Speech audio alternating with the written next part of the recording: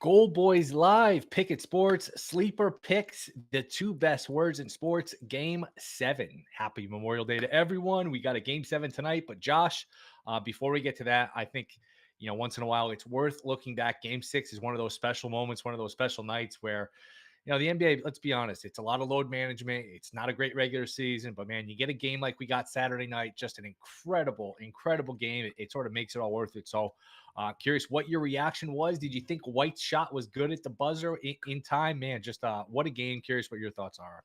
Yeah, I thought it was good live. I was like, "Oh, that went in." I was like, "That went in," and Marcus Smart's shot falling to the ground almost went in. So like all of it was just awesome. I know you were loving that moment that we were getting a game 7, especially for some of the bets you got that I'm sure we'll harp on here for a sec. But like I think my favorite part about game 6 was we can use it for game 7. I think what we saw in terms of the minutes, in terms of who's shooting the ball, and in terms of how these teams are defending each other, like we can use that. We can also use Game 7 last year between these two teams in the Eastern Conference Finals to look at some Game 7 stuff. But like, let's definitely appreciate Game 6. Let's definitely appreciate this series for sure because it's given us some incredible basketball to take into the finals. No doubt about it. We are down to 7 in some spots tonight. I think it opened 8, mostly 7.5, but there is a 7 here at Bet Rivers. We'll have plenty of time to get into that. Um, it's just you look at Boston and you can kind of sense this coming. Once they got game 4, and we were sitting here a week or so ago, and it's like, all right, it looks bad for Boston. And hey, it was 71-62 Heat in game 4 with a 3-0 lead. But you felt like if they could just get game 4, all right, they'll be big favorites in game 5. They'd be big favorites in a game 7. It was just sort of that game 6 that was tricky. And it was typical Boston, I thought, Saturday night, where it's a strange team, man. Every time you get down on them, they come back and they make you look bad and they rally. And every time you feel good about them, they betray your trust. And that was sort of, you got the whole Boston experience the other night where, man, they're resilient. They fall apart in the clutch, but then they come back and they rise up in the clutch as well. It's a very strange team. It is, yeah, dude. They're as sort of up and down as you could possibly be. And I think my favorite part about my favorite part just sort of use it as gambling, in terms of gambling purposes. Like they did not shoot well from three. They were horrible from three in Game 6, and that usually is their downfall, right? That's a big part of the volatility with this team is it's a very long way from three nowadays to hit a deep ball in the NBA. And so there's a lot more variance in terms of when teams are hitting shots. And it really had with Boston, it just like they're the most apropos team for the saying, you got to make shots. Whoever makes more shots at basketball wins. Like they're the team that we're talking about when we use that ridiculously simple saying.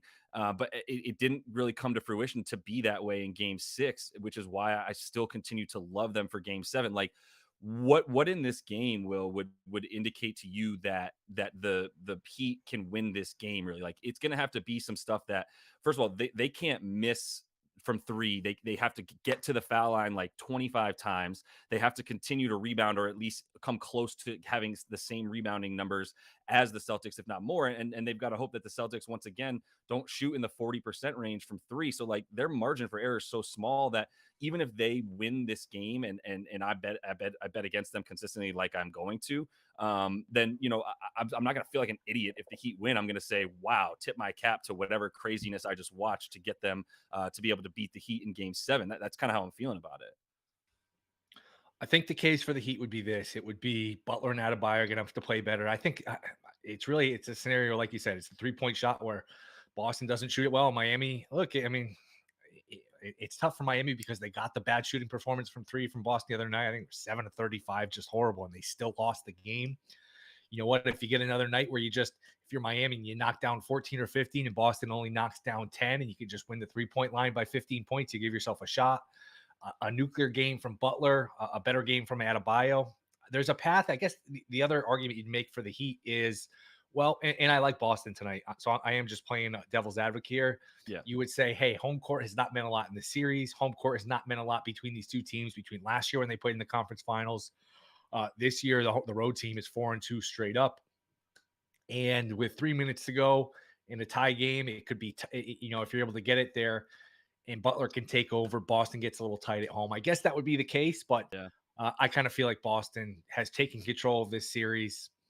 Again, it's a strange team. You can't be surprised by anything, but I would expect Boston to shoot better tonight. I would expect this to look more like Game 5 than it did Game 6. Um, I'm surprised I guess I'm surprised the Heat are taking money. It's such a strange series. Whoever's going to win tonight, you get really not a shocking outcome, but a historic outcome in terms of, all right, Boston, we know they'll be the first team to come back from down 3 games to none. If Miami wins, my goodness, to blow a 3-0 lead, then win game 7 on the road. So either way, whoever wins, something crazy happens. So I Yeah. guess the case for the Heat here is you get a great game out of Butler, you shoot the lights out from three, and you keep it close with 2-3 minutes to go, and then anything can happen. Yeah, and I know you're gonna, play this game based on the bets that you already have live, Yeah, right? Like you've got the Celtics because you went against everybody, all the naysayers, all the haters on the show that we recorded live when you talked about taking the Celtics. They were down 3-0, and you were like, "Look, dude, like 8-1, why the hell not? right. This is a better team," and that's the case. They are the better team. They have been. It's just very very hard to win 4 games in a row like this. But the Heat get a couple injuries, so let me just ask the question though, like if the Heat were not, oh, what up, Eli? If the Heat were not in a position that they are where you already had some bets on them like that, like seven and a I'd half lay points it. is too much in a game 7, is it not? I'd probably lay it. I certainly understand that. Boston's so schizophrenic that how do you feel comfortable laying the 7.5? I don't know. I felt this after game 4, after game 5. I just felt like Miami's sort of the little engine that ran out of steam, and you could say, hey, well, they were a tenth of a second away from going to the finals, and my goodness, that's you just go back and look. There's only been 2 shots now in NBA history. That was the second one where a team was losing in a game and hit a buzzer beater to survive. Jordan over the Cavs was the other one, I guess, late 80s. So Miami was Yep. close, but man, even if Miami had won that game, I would have felt like Boston just sort of gave it away. I just look, Boston's better and they're home. They've got Yeah. more answers. If Butler, I mean, I don't know why he's played poorly here. If he's tired, if he's hurt, if he's just out of gas, if Butler is in some way compromised here, it's just a scenario where I think there's another aspect to it where you see Butler for 2 weeks straight. He gets a little easier to play because so much of his game is the pump fakes and getting to the foul line where it's easier said than done. But if you can just stay down on the pump fakes, you give yourself a chance to keep him off the line. Yep. And he's not a great look. He's not Curry from behind the line. He's a hot and cold shooter at best. So I think Boston, if they make shots, I just think it'll look more like game 5 than it will game 6. Yeah, no, that's a really good point because Jimmy Butler's field goal percentage dropping has just as much to do with the fact that you've seen 6 games in a row worth of his head fakes over and over and over again in the lane to where now he's not making little baby hooks and getting little easy, jump hooks over guys with the same level of ease. He didn't even get to the free throw line nearly until really the second half when he just started going off in the fourth quarter and did most of his damage from there. So like they played it super well. To your point, like they're now on the road also, so I'm not sure how many free throw attempts he's going to get. Coward is a strong word because he still shot the ball 21 times. I'll say that, but like I didn't the call him. Who called ability. him? I didn't call him a coward. Oh no, maybe that was just Eli. Okay. But no, I wasn't putting that in your mouth. But like even the idea that he's still shooting the ball as much as he is crucial. For them. He didn't look like a coward when he knocked down those 3 free throws with a chance to go to the NBA Finals on the line. Dude, I mean, my level of nervousness for him to make those was convinced me that there's no way he makes all 3 of them because I felt like such a nervous wreck I for didn't him think in he was that going to moment. miss. I didn't think he was It's going to miss. crazy. That was crazy that they lost the game after he hit that. Like the commercial was made for that, and then it was just done. But there's just so much stuff that can go right for Boston in this game, versus how much needs to go right for Miami in this game. That like, yeah, there's no real scenario where I would bet on him. Bet on Miami to win this one. I might take the points because I do believe in them enough. There's enough that they didn't do the Heat in game 6 that could turn around so easily. I mean, Bam and Jimmy combining for like 9 of 37 for one is not something I would rely upon again. So I think that gets a little bit better. Gabe Vincent, throw him in there for only 6 for 18. Love his nuts though, because he's going to keep shooting the ball no matter what. So like there's some things I can rely upon for this game, but as far as the outcome of it, if I'm playing the outcome in any way, I'm playing a lot of these like player performance doubles with Jason Tatum double and a win is like minus 104 on FanDuel. I absolutely love that because I'm penciling him in for 10 boards. So shit, he could get 10 assists, but I definitely like the boards for him. So there's stuff like that I would use to bet on this game if you want to bet the outcome. But other than that, like I'm staying the hell away from a total of 203.5. And I'm just looking at the guys that I know are going to be playing 42 plus minutes and going, all right, well, just like by being out there, you're going to soak up like a couple boards here and that kind of stuff. Like that's more what I'm looking at. If you had to bet the total, which way would you go here? We've seen totals in the 2 teens throughout the series. We know game sevens typically trend under. They finally sort of baked it in properly where, Yeah. some of these game sevens, they open it up 3 or 4 points too high. They forget, hey, it's game seven. It's going to get bet under. It's a little low. I have a hard time betting over in a game seven. I probably lean that way just because I do think Boston, starting in game four or so, has made a concerted effort to push the pace, play faster, crisper passing, and just jack up a bunch of threes. So I think that 204 does look a little low. I'd probably play over. I hate playing over in a game seven, but 203.5, 204. Where would you go with the total? Let me throw a slight tweak to that. Like the first half is 104.5. I think I like that. I think I like Boston to like contribute, like score like close to 60 Over in or the first under? half. Over, over. Over. Okay. Yeah, because I do like Boston to come out score hot. Like I think the Heat, they just need to come along. If they don't come along, like whatever, it's over in the first half. But if the Heat are scoring in the first half to make this a game, which I think it'll be a game in the end, it's just the third and fourth quarters, and specifically the fourth, where I go, shit, like that's where I start to get scared of the total. Like if we saw a 40-point fourth quarter, that could easily dick our over on 203.5. So I'm kind of getting a little bit cute with it and trying to just bet the first half total a bit more, and then try to see what I think of how this thing looks live. Because even if the Heat try to push it the way that they have in the moments that they've been better in this series where they up the pace, I don't know how they do that. Like Bam and Jimmy are run ragged at this point is how they look. And even Kevin Love's not coming in anymore, I don't think. So there's a much shorter bench at this point for the Heat. Yeah, you started to hit on it. Any player props you play here? Anything like you said? Love's been banished. They seem to have lost confidence in Zeller, and that's the other thing. They just seem to be out of bodies in terms of the bigs. Martin has been tremendous. Yeah. Vincent's banged up. Give me a player prop here you'd like.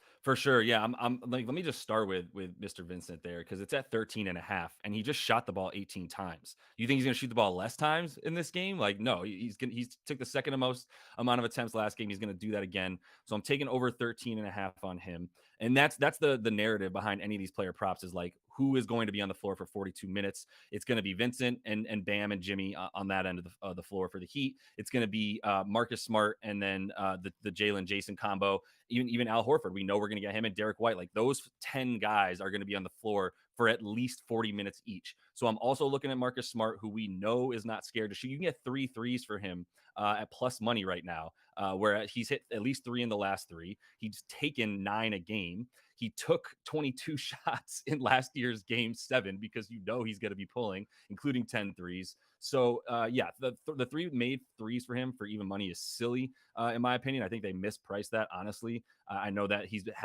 maybe he's not going to shoot that well all the time, but they're back at home, and this is game 7. So Marcus Smart's going to have the 3rd highest usage once again. And then Derek White, I mean, Caleb Martin, pretty much any of those 10 guys that you talk about, especially the 3 or 4 I just mentioned that are the role players. I like a lot of stuff for those guys. Anything for conference finals MVP? We basically have where the MVP market is a proxy for the money line, where Tatum is minus 300 or so, basically what the Celtics are on the money line.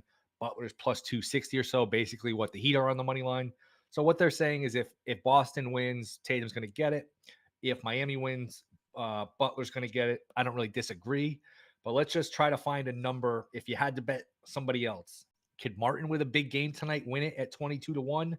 Could Derek White steal it at 50-1? Is there anybody besides Butler and Tatum that can win this award in your mind?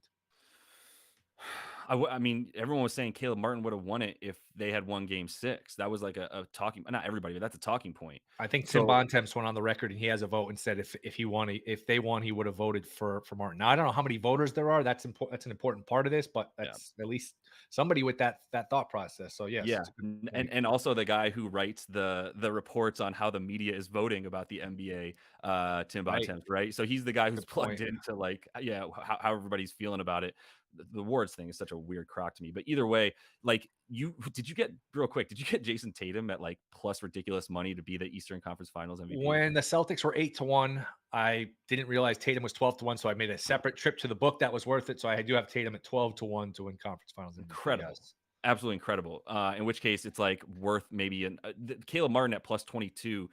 22-1 right now is like, I mean, what's to say that he doesn't have a similar game to last game? Obviously, Jimmy heroics at the end are going to affect the narrative no matter what. He just hit all 3 of those free throws. So maybe he just sort of took it back. But like, if Caleb Martin was going to win the award, according to some people before last game, and then last game he goes for 21, 15 boards and an assist in 40 minutes. What did I miss? Like, why would it change? He had a better game than Jimmy did. So, I mean, maybe it's worth a little bit of 22-1 on him, but it is one of those scenarios where like there's nobody else. It's not Right. Derek White over Jason Tate. It's no other Celtic, right? And then the only other Heat besides You Jimmy Butler mentioned it. would be You Caleb don't think Martin. White has no chance? Nah, I can't see it. Not Okay. not over Jason Tatum, right? Not the way I don't think even so either. yeah, last game he had 31. So nah, like and Tatum's gonna come out in this one again. I can't imagine like maybe some first half numbers for him. He had 17 the last one. 10 points in the first quarter is always a nice bet. So like I think there's some stuff there for it, but not at this point, man. At this point, like I'm already looking forward to the NBA Finals MVPs before I'm even talking about this one. I think. I'm with you. I'm with you. I think Martin, while I don't think he would win, I do think it's maybe worth a small bet. I feel like it's same thing with the MVP in the Super Bowl. They just tend to give it to the Yeah. superstars. When in doubt, they give it to the superstars. And if Miami's going to win tonight, they're going to need a pretty good game from Butler. Yep. And I think it would be hard to steal the award from Butler, but I can't like disagree with, hey, I'm going to place a small bet 22-1 on Martin. I think that number is probably a little off while, Yeah. still thinking that Butler is the favorite. Yeah, that's fair. All right. Who wins?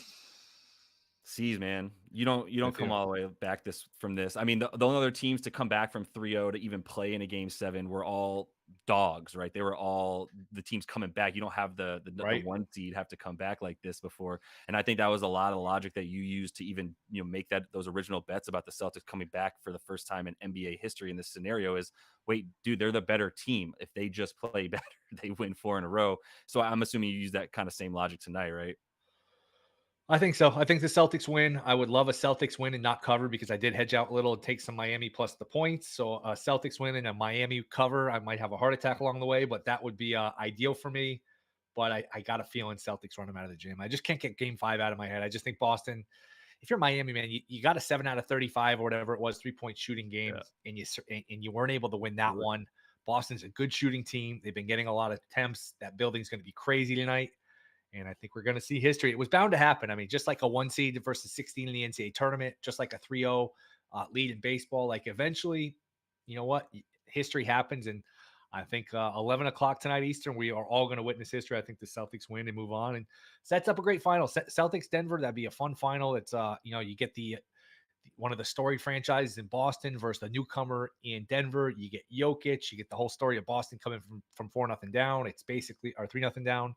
It's basically a coin flip in the market. Boston, Denver, which DraftKings does have the prices for the respective series up. If it's Denver, Miami, Denver will be minus 330. Boston, Denver will be minus 115 each way. That was of yesterday. I don't know. Maybe it's changed by a little bit, but you get the idea. Yeah. So I think that Boston, Denver will be a long series. So I'm rooting for it, obviously, for my tickets. And I do think we get a Celtics victory tonight. I wouldn't be surprised if it's a pretty decisive one. Yeah, I'll just finish up then by saying that because you talk about the finals, like I mentioned this in the show we were talking about last time, where Denver or the Boston was like down 3-1 in the show we were talking, and I was just saying like, look, Denver's price just continues to drop, and this is a team that I'm playing no matter what. I already picked them to win the finals, and I keep pressing on it because I knew that as the books were designed to, in terms of how they priced the futures for the finals. Denver was minus 280 when Miami was up 3-0. Why? Because they're not beating Right. Denver if it's Miami in the finals. The only team in the East that can handle them is the Celtics at this point. So I've been betting Denver every single time the Celtics win in the finals because it went from 280, 220, 180, 130 now.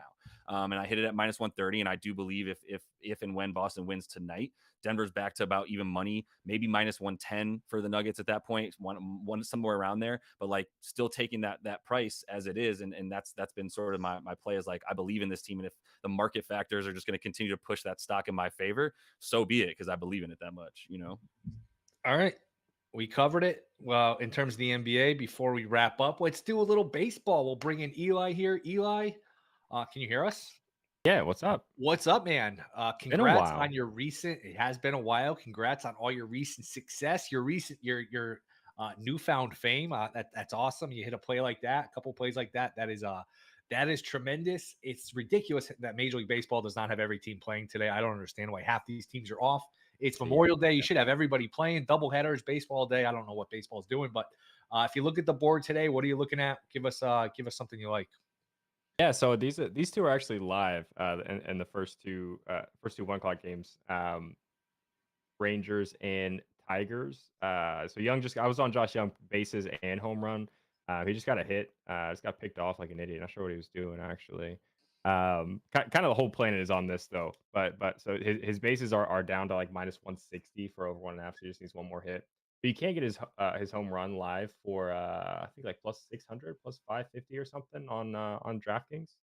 You could use the Pickett Sports app by the way to shop for the best line if you want code Goldboys. You like that, Will? Very good. But Matt Boyd stinks. He's just bad. To right-handed hitters, he throws a lot of. I just lost it. A lot of four seam in his slider, and Josh Young's batting 364 and slugging 818 against that pitch mix from against lefties this year with 4 hits, 3 extra base hits, and home run. He's only swung and missed 3 times against those 2 pitches from a lefty this year. So all over Josh Young today. Again, I don't think you can play the bases live because like minus 160 because he already got a hit. But I do still like the home run right. odds live. I also like Austin Hayes for 2 total bases still. He struck out in his first at bat, so you're probably getting still getting good odds there from him. You guys betting on baseball yet or what? Nothing? Of course. Of All right. course. Fade the I A's took every I took day. a week off, and I'm back. I mean, A I week don't off. think, I think it's an interesting window into the psychology of bettors where I texted my buddy the other day who bets baseball. I was like, you betting against the A's every day? He's like, no, these prices are too rich for my blood. I said, too rich for your blood. They're 10 and 45 at minus 260, minus 300. It's not too rich. And I get it. People want lottery tickets. People want to see a plus sign. People don't want to lay $3 to win $1. But you know what? If I gave you minus 500 that the sun would come up tomorrow, you know what? That's a pretty good bet. Value is value is value. And to me, you cannot bet against the A's enough. They're so bad. Money line, run line, you name it. I don't think these lines are high enough. They're playing Atlanta today. I think Atlanta minus 240 is a good bet. I think minus 1.5 is a good bet. You know what? You just bet 1 unit and you win a third of a unit, quarter unit, whatever it is. Those add up and money's money, value's value. I just think it's crazy that people aren't betting against them more. They're plus 200 dogs on, and I agree. I'm going to transition this into a home run play I have too, but they're plus 200 dogs against the Braves tonight, and it really an interesting matchup with Soroka going for the Braves and Blackburn going for the A's. Both former All Stars. Soroka, I think, is the first time he's pitched since like 2021 or something. So a lot of people are excited about that him coming back in Braves world. But I heard a stat the other day. If you this was like something late last week, if you got plus 400 on the A's money line and took it for $100 every time, plus 400, and again they're plus 200 dogs net against the best team in baseball, in my opinion, the Braves, you would be down like $400 if you took it every day, which is it's just wild. Like they're probably going to get hit 60 losses before they get to 15 wins, and it's like I don't know. I try to listen to a bunch of local media stuff. Sounds like they're literally going to have no choice but to play in the Las Vegas AAA stadium next year because their lease is up in Oakland this year. Oakland wants them out. They want out. If they signed a deal that to fully finalize everything in Vegas right now, they're not going to have a stadium next year. So they're literally going to be playing in Vegas in July in 120-degree heat with no roof or anything in a AAA stadium. So hey, yeah, I'm with you, and because of that, pick somebody on the Braves. To hit a home run tonight, I think you got a good chance of being right. I'm usually not somebody that bets on a guy being due, but Ronald Acuna Jr. is to me he's the best player in baseball right now. I think, and I hear the Shohei Ohtani arguments, and I'm a Yankees fan, so I obviously hear the Aaron Judge arguments too. Ronald Acuna Jr. is just kind of on the next level. He's going to win the NL MVP, I think, in a runaway. Sorry, real quick though, as a Mets fan, you didn't mention Pete Alonso. I'm just throwing that out there. That's true. I didn't. No, I like Pete. He has let me down 2 of the last 3 days because I bet him hit a home run. So I'm not on super good terms with him. I don't know. Is he gonna hit 60? You think? He's gonna come damn close. That was a pretty nice little stretch there. What does he have now? He's at 19 or 20. Yeah, he leads the majors. Real quick too. I know you just brought him up, but like, how do you cap Soroka? Like, do you think he's? I don't. Okay, yeah. I mean, I have no idea. I really don't even know how to cap a Blackburn either, other than I assume he's going to be on some. I assume both of them are going to see some sort of pitch count. So you're betting. You're basically betting 4 or 5 plus innings of bullpen. in which case I love Ronald Acuna Jr. To hit a home run tonight. I think I got him like plus 450 or something on PointsBet. I'm thinking about using my DraftKings boost on his bases. His bases are so juiced, like minus 105 for 2 bases or minus 120 or something, depending on where you look on the Pickett Sports app. But which is pretty wild. But I'm highly considering putting my 50% DraftKings boost on his bases, just because like we've talked about how bad the A's are. They're literally trying to lose, and it's almost like just tune up games, tune up series for these guys that are looking to do something this year. Every offense is going crazy against them. Whether it's against a starting, at one point a couple weeks ago, they'd given up the most home runs as a team, and second place was the White Sox, who have been pitching terribly too and giving up a ton of home runs. The difference is like 10 or 12 home runs. So to me, you almost have to pick a guy against the A's every night if you're betting home runs, and it's Acuna Jr. for me tonight. If you mentioned the MVP, Acuna, basically even money to win the NL, Ohtani minus money to win the AL. If I had to say, hey, what's a good bet that's not Acuna, that's not Ohtani, who would you pick? I mean, I think what are the odds for Judge? 7-1. Yeah, I mean, I don't think he wins it twice, but I mean, I think he's leading or tied for the home run lead in the AL, and he's missed 10 games. He's an incredible player. I mean, it's hard to say somebody as good as Judge is underrated. He's actually underrated. He's a good all-around hitter, good all-around player. He plays good outfield. He's clutch, man. He is just an awesome player. Ohtani's number is going to be hard to trump, but hey, if he gets hurt, he gets traded, slumps, whatever. Yeah, I mean, I could see Judge 7-1. I'd like a little more. Anybody in the NL? Anyone else? I mean, I guess you could think about Pete. 11-1. Well, who's next? Who's the next next closest? It goes Ronald. Oh, you got it up, Will?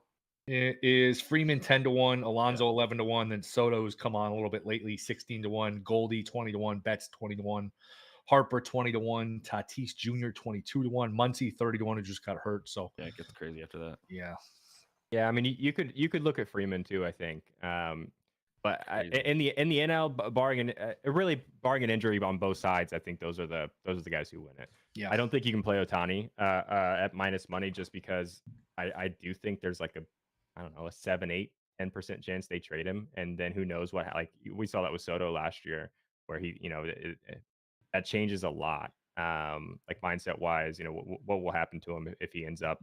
I don't even know where he could end up, but yeah, I don't think they trade him, but that's always in the conversation. Also, I negative money on a player prop future bet is just weird, because he could absolutely get hurt and miss 15 days, miss 10 days, whatever it is, and then that or heaven forbid he goes on 60-day IL and he's pretty much out of it, right? Yeah. But no, I don't. And Acuna has the injury troubles too. So if you wanted to play Freeman, just kind of betting on him to get hurt, that's not a bad bet, I guess, even if it's kind of a mean evil bet. But all right, last one before we get out of here. If I gave you $100 to bet on somebody to win the World Series, I'll ask both of you. $100 free roll. Braves 4-1, Dodgers plus 550, Rays 6-1, Dodgers plus 550, Rays 6-1, Astros 7-1, Yankees 10-1, Mets 18-1, Padres 19-1, Blue Jays 19-1, Rangers 20-1, Twins 20-1, Brewers 25-1, Phillies 30-1, Mariners 35-1. Orioles 35-1. I guess I'll stop there. Angels are 60-1, Diamondbacks 60-1. Anything jump out at you? $100. Who are you going with? Go ahead, Josh. He's like, go ahead, Josh. Dude, I mean, it's hard. It's hard for me to bet. Any AL team outside of those top three. I would still say the Astros, to be honest, even though I'm still scared of their hitting at this point. If we're talking about them, but like, I'm a Mets fan. The Braves just have me believing that they're the fucking best team every year, honestly. Really and good. it's hard to not believe in that.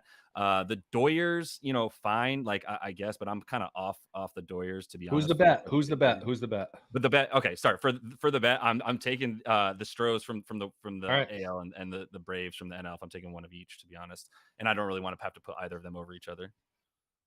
So I think, to me, the smart money is that if you're looking for it to actually hit and play in like I don't know, it would be the Braves. To me, they're the best team in baseball. Yeah. They're not even fully healthy right now. They've got a couple of guys in their rotation on the IL. But I love this Texas Rangers team. I don't know if you guys have watched them much. Me too, but 20 to tw- 1, I'd be a 20 little to more. Yeah. 20, really, dude. I don't know, man. They're gonna I have thought about them. they're gonna have probably the best three starting pitchers in the playoffs, assuming they get there. This offense is full of kids that are getting better every day, that are hitting the shit out of the ball.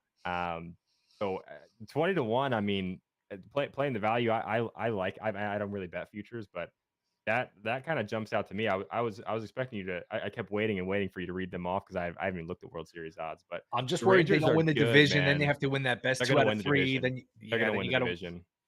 They're gonna Yeah. win the division. That Oh, you confident. think they will? I absolutely think they're gonna win. You're not on the Stros at all. I mean, I need to pull it see. up. I need to see a Plus little bit more. 225 for Texas. Astros I need to minus see a little bit more 145. from the Astros. To win the division. Now, I think they're going to make the playoffs, and if they get there, you know that they've been there so much that they're going to have a shot, and that's a good bet to it. What at 10 to 1 or whatever you said. 7, 8, yeah. Yeah, so that's not a bad bet either. I think you're getting good value there, but I don't know. I'm a Yankees fan. I've had a lot of fun watching this Rangers team.